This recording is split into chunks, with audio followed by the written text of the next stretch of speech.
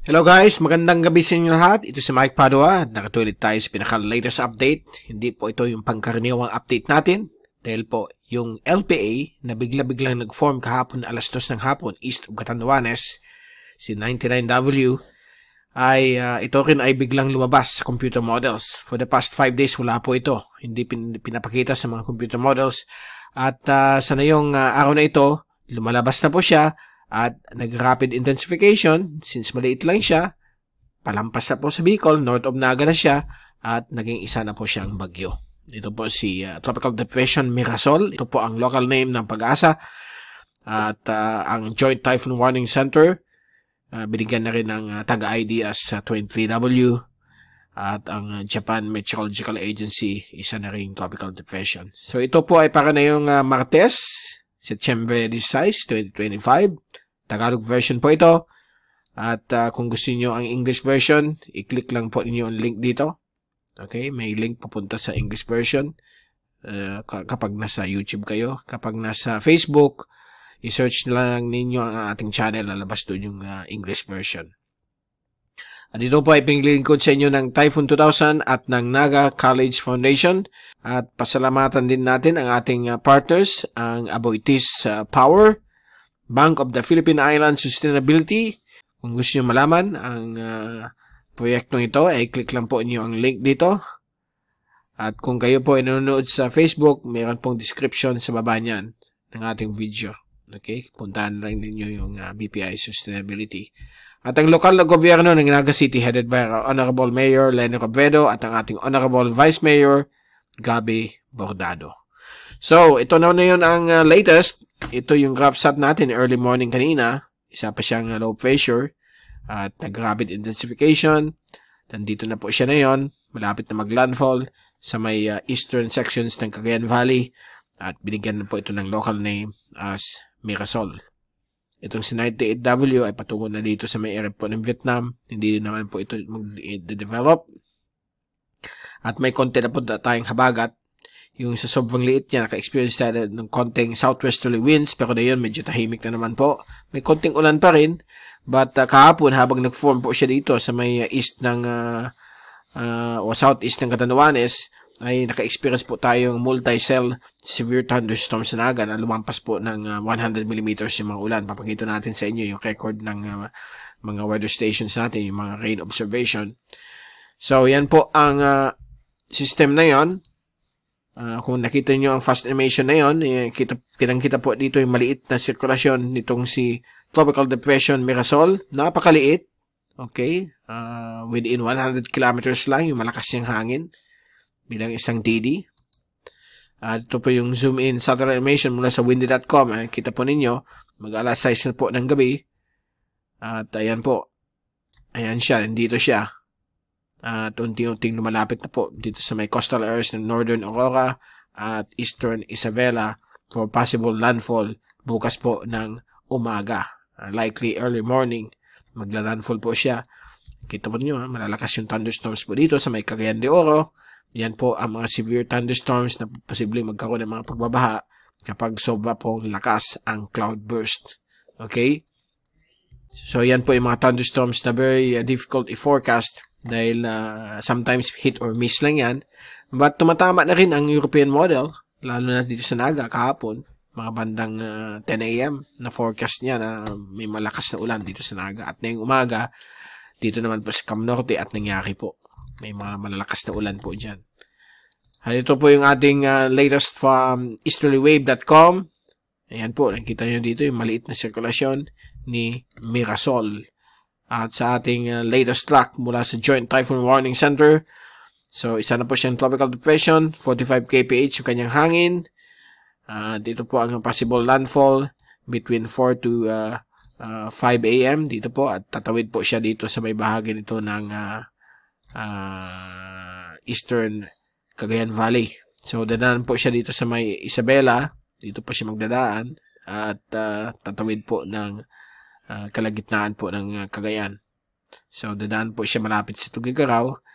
Likely on or before noontime tomorrow. And then, mag-exit siya kaagad dito sa may coastal waters ng Calayan Island Group sa may Balintang Channel. At magiging tropical storm. Sobrang liit niya, pwede siya mag-intensify at medyo mainit pa dito ang karagatan. And then, posible siya maging severe tropical storm paglabas niya ng Philippine Area of Responsibility sa Huwebes ng gabi. At patungo po siya sa may area po ng Hong Kong, sa may Guangdong province ng China. So, yan po ang magiging track nitong rapidly developing na si Tropical Depression Mirasol. Pasalamat tayo, maliit siya, kaya dito sa Bicol, wala tayong na-feel na ulan except for Cam Norte at Partido District, may mga ulan na dumadaan. But hindi naman po siya alarming as of this time. Ito lang area ng Daet, mukhang malakas yung ulan. So, posibleng may mga pagbaba sa mga low-lying areas. Sa Japan, medyo iba yung tracking niya. Medyo lihis po. Dito lang sa may coastal waters ng Cagayan Valley. Pero magliliko po siya dito sa may area po ng Calayan at Babuyan Cove Islands. Diyan siya magla-landfall sa mga isla niyan. Pagdating po yan ng early morning ng Huwebes. So, iba ang tracking niya. So, malalaman po natin yan kung magbabago rin ang tracking nila mamayang gabi. Ang Pag-asa, nag-upgrade na rin kaninang 5 p.m. Bulletin number 1. 55 kph po siya, pareho ng Japan Meteorological Agency. At kung titignan natin yung tracking niya, ay similar po sa Joint Typhoon Warning Center, dito rin sa may eastern sections ng Northern Aurora o sa may eastern sections ng Isabela, sa may Palanan Bay, malapit sa Palanan ng Isabela. Diyan po siya magla-landfall, early morning din bukas. And then, tatawid po siya dito sa may area po ng Cagayan, exit po siya sa may Apari, early morning ng Huwebes, nasa may Calayan Cove Islands na siya, sa may Babuyan din. Tatawid po siya ng Balintang Channel. At pagdating ng Huwebes ng hapon, posible po siya maging isang tropical storm habang palabas na po sa Philippine Area of Responsibility. Ang landfall ng Pag-asa sa darating pong Sabado ng hapon sa may east of Hong Kong. So, yan ang tracking ng Pag-asa. Okay? And then, sa wind signal ng Pag-asa, nagtaas na po ng wind signal ng Pag-asa sa northern portions ng Cam Norte and also sa northeastern portions ng Camarines Sur, itong Partido District and the whole of Catanduanes. But since ang storm ay nandito na, most likely mamayang gabi o bukas, ibababa na ang si wind signal na ito dahil ito po ay papunta na dito sa area na ito. Diyan po siya mag-landfall. Kaya itong areas po ng Cagayan Valley ay nasa wind signal number 1. So, mag-ingat po kayong lahat yan for possible rainfall of 50 to more than 100 millimeters. Dahil po, itong system na ito ay mag-iipon pa po ng maraming ulan bago ibuhos dyan sa mga probinsya ninyo. So, please take all necessary precautions. Mag-ingat po sa mga areas po na laging binabaha, sa flood-prone areas at sa landslide-prone areas ng Cagayan Valley. Pumunta po kayo sa Project NOAA. May mga areas po doon kung saan palaging binabaha. Ma-download ninyo yung mga areas na critical sa mga ganitong rainfall event. So, ito po yung European Model Ensemble mula sa easterlywave.com as of 8 a.m. So, yan po ang tracking ng bagyong si Mirasol. Okay? At ito yung susunod na bagyo na nag-form na yun northwest of Guam. At based sa kulay niya, posibleng maging isang category 2 or 3 na typhoon.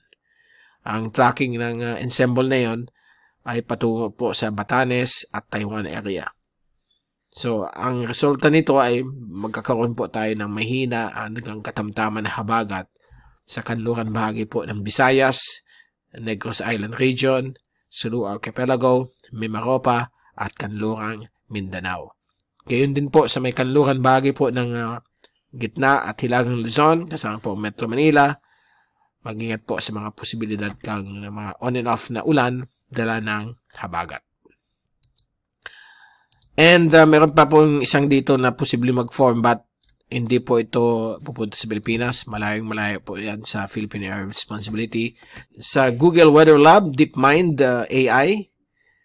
Ayan po, nakikita po ninyo. Ayan po ang kailangan natin yan muna ito. I-press natin ito. Yan po yung forecast ensemble ng European model, yung kulay orange. Yan pong blue at green, yan po ang WeatherNext model run ng DeepMind. AI model yan ng Google. Nag-agree sila na magla-landfall po dyan sa may eastern sections po ng Cagayan Valley later tomorrow morning. Dito sa latest na yon, 8 AM bukas, landfall po siya dyan sa may eastern sections ng Isabela or eastern Cagayan. Tatawid po ng Cagayan. At pagdating ng Huwebes ng umaga, nandyan na po siya sa may Balintang Channel. Ka-exit na po siya ng Cagayan Valley. Okay? And then, ito naman po yung kasunod. Yan po si Nando na mukhang delikado po ang bahagi po ng extreme northern Luzon. So, yan po ang tracking niya. Doon siya pupunta. At nakikita ninyo, yung DeepMind forecast, yung kulay blue o violet, hanggang sa category 3 ang inaasahan pagdating po ng September 22 or 23.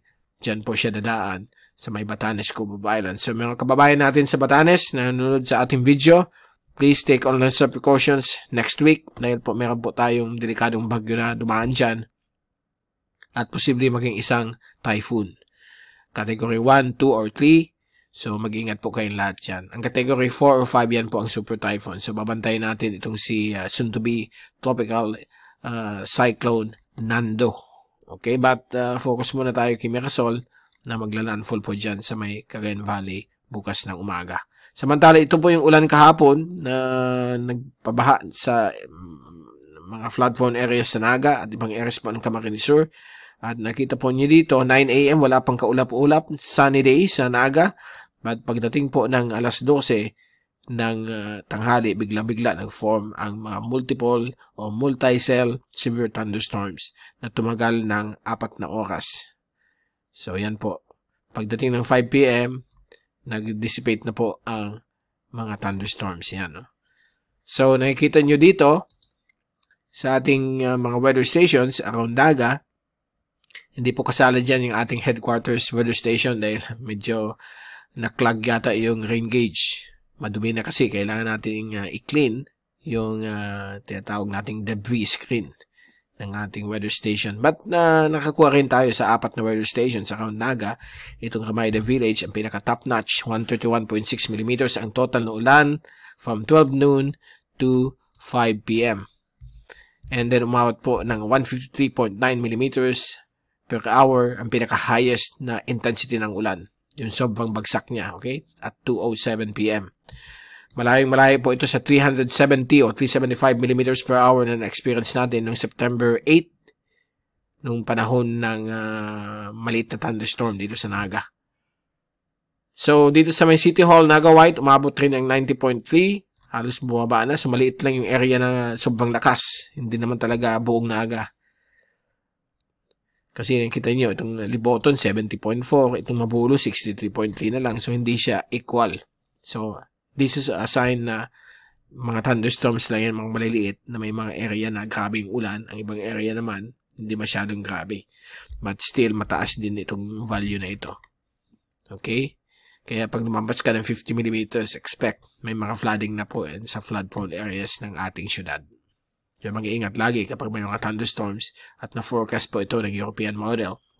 But for the next few days hanggang sa fluvial procession na yung Sabado, September 20, mukhang wala tayong nakitang malakas na thunderstorm. Although, yung latest na yun, papakita natin mamaya, medyo dumadami yung thunderstorm sa panahon ng fluvial procession. So, kailangan talaga magdala tayong payong at kapote at mag-pray tayo sana magbago ang forecast.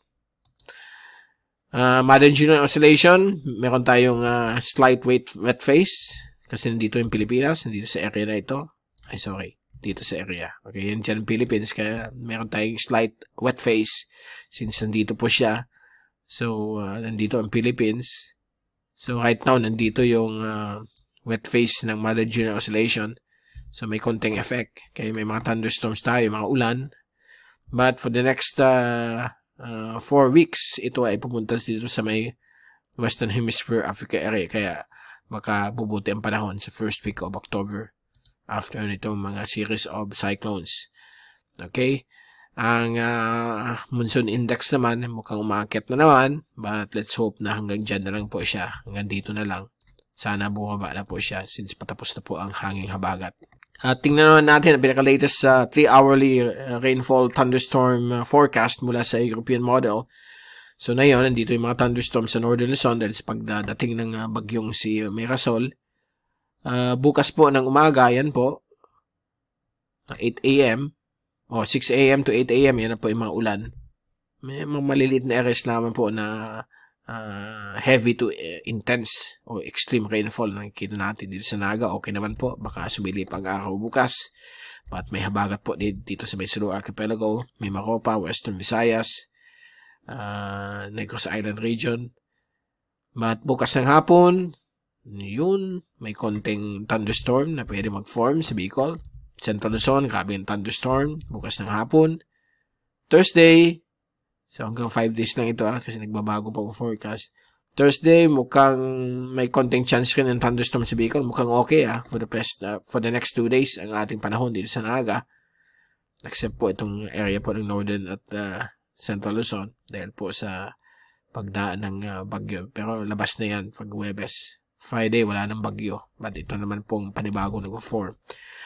So, Friday ng hapon, sa panahon ng military parade sa Bicol, dito sa Naga, ay magkakaroon ng mga localized thunderstorm showers. So, mag-ingat po tayong lahat. At sa Sabado mismo, okay, yan. Meron na naman pong mukhang malakas na thunderstorm po ito sa Sabado. From Cam Norte to Camarines Sur, Naga, between 2 to 6 p.m. baka may thunderstorm na naman. So, mag-ingat po tayo. Sana hindi matuloy. Let's hope and pray na bukas at sa Thursday or Friday magbabago pa po ito since 4 days from now pa ito. Okay? So, 5 days. Yan, may mga thunderstorms na naman. Hapon-hapon. Pero grabe po ang thunderstorms dito sa may Central at Northern Luzon. Dahil po sa habagat na ipapa-enhance itong soon-to-be tropical storm o typhoon Nando na patungo po dito sa may area po ng Batanes, Taiwan area. So, meron pa rin pahabol ang habagat. Okay? So, dyan muna natin i-stop ang ating forecast kasi pwede pang magbago yan. Ito naman po ang 24-hour rainfall accumulation between 7 p.m. today until 7 p.m. tomorrow. So, inaasahan po natin malalakas na ulan na 50 to 100 millimeters sa may eastern sections ng Cagayan Valley. Northern at Eastern Cagayan, itong Gonzaga, Santa Ana, mukhang may mga ulan po kayo na pwedeng umabot po ng 100 millimeters. Okay? So, mag-ingat po kayo lahat dyan dahil sa pagdaan ng tropical depression na si Mirasol. And then, bukas, Miyerkules, 1 a.m. to 2 a.m. Thursday, ayan po yung mga ulan. So, bukas, expect ninyo mga ulan dyan sa may Northern Cagayan at sa ibang bahagi po ng Cagayan dahil po sa pagdaan dyan ng mabilis na bagyong Mirasol. Mabilis naman po ang takbo, so 1 day lang grabing ulan dyan.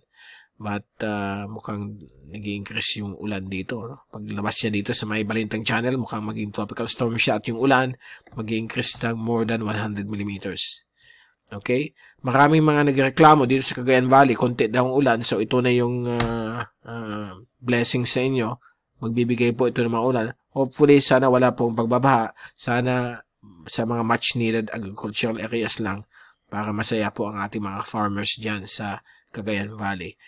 Kailangan nila ang ulan dyan. Konti lang talaga ang ulan kapag magbabase tayo sa mga thunderstorm. So, itong ulan na ito na 50 to 100 millimeters ay posibleng mabiyayaan ang area po ng Cagayan Valley. Okay? May pros and cons din ang mga ulan. Depende sa condition ninyo, sa mood ng mga tao.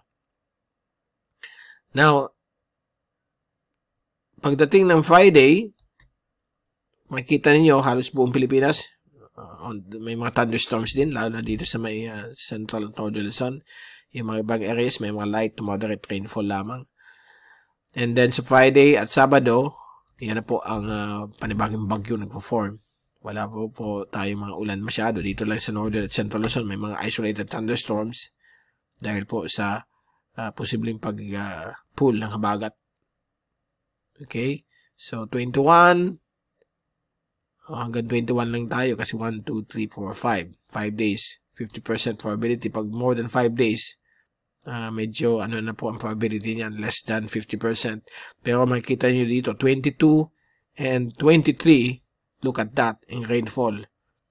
Grabe po, more than 100 millimeters. Pwedeng umabot up to 400 millimeters maulan dito. Pero nasa karagatan lang ito ng Balintang at Bashi Channel.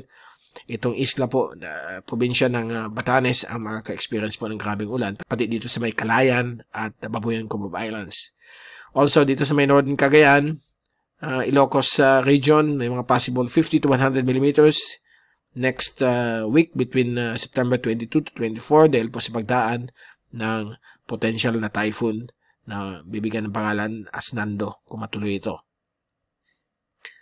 At ito naman po sa may western sections ng Visayas, Negros Island Region, Sulu Archipelago, Palawan, Calamian Group, Occidental Mindoro, western sections po ng Central Luzon, kasama po Metro Manila, may mga possible na pabugso-bugsong ulan. Dito po sa may Mindoro, pwedeng umabot po ng 50 to more than 100 millimeters dahil po sa paghibayo ng habagat. So that will be between September 22 to 24. Mas grabe nga sa 24, itong area po ng Mindoro, sa may Occidental Mindoro, Mamburao, sa Blayan, pwede umabot po ito ng more than 100 millimeters. Nakita po ninyo dito, umabot ng 155. So, remember, ang forecast na ito is more than 5 days or 7 days. So, pwede pa itong magbago. Let's hope and pray na sana mag-change ang forecast. Dahil po, sobrang ulan na pwedeng idala itong system na ito. At pati Metro Manila, 50 to 100 millimeters ang inaasahan. So, still ang forecast ay pwede mag-change. So, we will wait and see. Pag less than 3 days, yan po, talagang maghanda na po tayo. Okay? So, we will let you know in the coming days ng weekend.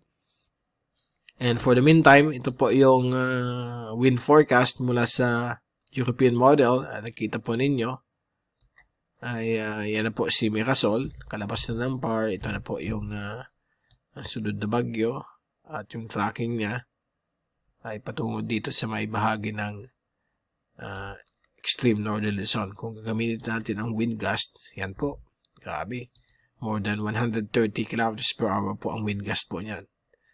So yan po ang extreme weather conditions na po yan sa may Batanes area pagdating po ng Martes, Setyembre 23. Dito naman po sa atin, habagat, may mga inaasahan po tayong winds of 50 to 60 kph.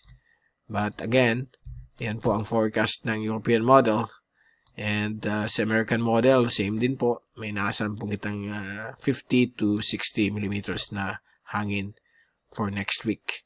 Okay, so let's hope mag-change po yan. Ang importante, aware tayo na may malakas na bagyo na dadaan po sa extreme northern Luzon between September 22 to September 24. Sa Alon, okay pa naman na yon, except po dito sa malapit sa sentro ng bagyong si Mirasol. Umabot po ng more than 2 meters. So, mapanganib po ito sa mga lilit na sasakyang pangdagat. But so far, the rest of the Philippine waters will remain calm to light waves of up to 1 meter lang po. Dito sa central waters, medyo maganda po ang alon. But i-forward natin for the next 5 days, okay, hanggang sa Sunday, mukhang tataas ang alon po dito sa may East Philippine Sea dahil sa pagdating ng panibagong soon-to-be Nando. Pwede umabot po ng 2 meters dito ang alon sa mga pangarib sa mga maliit na sasakyang pangdagat, pa dito sa may Batanes at sa West Philippine Sea rin dahil sa konting habagat. Pwede umabot po ng 1 to 1.5 meters, light to moderate to at times. Malalaki po ang alon. Dito po sa Central Waters, okay naman po. Pwede umabot hanggang 1 meter. Pero mabutin mag-iingat dahil po sa mga subasko dala ng mga localized thunderstorms. Kung dito po kayo sa center nitong soon-to-be Nando, nasa up to 5 meters. So talagang grabe po. Mga dambuhala po dyan ang mga alon at mapanganib sa all types of sea vessels. Okay, so yan po na po ang pinaka-latest natin update. Okay. At babantayin po natin yung bagyong si Mirasol at si Nando. Bukas, We will give you the very latest on Mirasol. Baka naka-exit na po yan ng Luzon. And the soon-to-be Nando. Ito si Mike Padua magpapaalam. Mag-ingat po tayong lahat. Be hashtag Weatherwiser. Be hashtag TyphoonWiser. At maraming salamat sa pagpunod sa aking channel. God bless po sa inyo lahat.